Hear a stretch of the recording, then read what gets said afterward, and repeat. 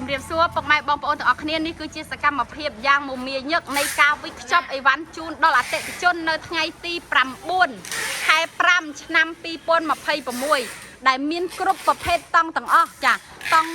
សម្រាប់យកទៅចិញ្ចឹមកង្កែបហើយអរគុណបងខាងនេះជួយទិញប្អូនរហូតដល់27ផ្ទាំងតែអតិថិជនមួយទេហើយក៏ធ្វើអត់ទាន់ហើយដែរដោយសារតែតង់ចេញច្រើនភ្ញៀវពេកអញ្ចឹងខាងខ្ញុំធ្វើបានប្រហែលជាខ្ទង់10ផ្ទាំងហើយស្អែកយើងបន្តធ្វើជូនបងឲ្យអស់ចាអញ្ចឹងសម្រាប់ពុកម៉ែបងប្អូនដែលត្រូវការប្រភេទតង់ចាកៅស៊ូខ្មៅ UV យកទៅក្រាបបាត់ស្រះ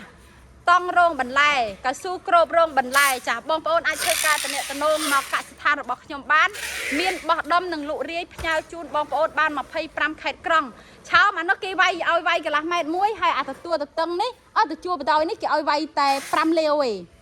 ភ្ញៀវឲ្យវាយនេះអាជួបបដ ாய் នេះក្មេងច្បត់វាគេយកតែ5លាវឯងដល់ពេលអានោះស្តង់ដាររបស់យើងប៉ុណ្ណាវាយប៉ុណ្ណឹងអ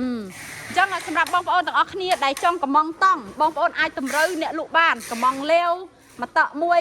ពីរតក់មួយកន្លះម៉ែត្រមួយ1ម៉ែត្រមួយគឺកំងបានហើយសម្រាប់បងទាំងអស់គ្នាចាដែលត្រូវការតង់ខ្មៅឬក៏តង់កូរ៉េយកទៅលក់បន្តបងប្អូនអាចធ្វើការតំណែងមកកាន់អ្នកលក់បានចាមានអវ៉ាន់ក្នុងស្តុកស្រាប់ព័ត៌មានលម្អិតអំពីគុណភាពតម្លៃសូមបងប្អូនទាំងអស់គ្នាចូលមកកាន់ឆាតរបស់អ្នកលក់ដើម្បីប្រឹក្សាយោបល់មុននឹងសម្រេចចិត្តទិញចាអញ្ចឹងប្រភេទខាងមុខនេះគឺកូរ៉េធម្មតាបងប្អូនយកទំហំប៉ុណ្ណាក៏បានដែរគឺកាត់បានភ្លាមចាធ្វើជូនបងប្អូនទាំងអស់គ្នាបានតាមចិត្តហើយសម្រាប់ប្រភេទស្បៃវិញបើបងប្អូនទាំងអស់គ្នាត្រូវការស្បៃម្លប់យកទៅបាំងចាមួយដុំទៅតឹង2ម៉ែត្របណ្ដោយ100ម៉ែត្រតម្លៃពិសេសខ្លាំងគឺត្រឹមតែ140,000ទេហ្វ្រីសេវាដឹក25ខេត្តក្រុងចាអញ្ចឹងបងទាំងអស់គ្នាដែលចង់ជួយទិញអាចចាមកកំងបានដែលមានទីតាំងនៅទីរួមស្រុកស្ទងខេត្តកំពង់ធំសូមអរគុណសូមគោរពលា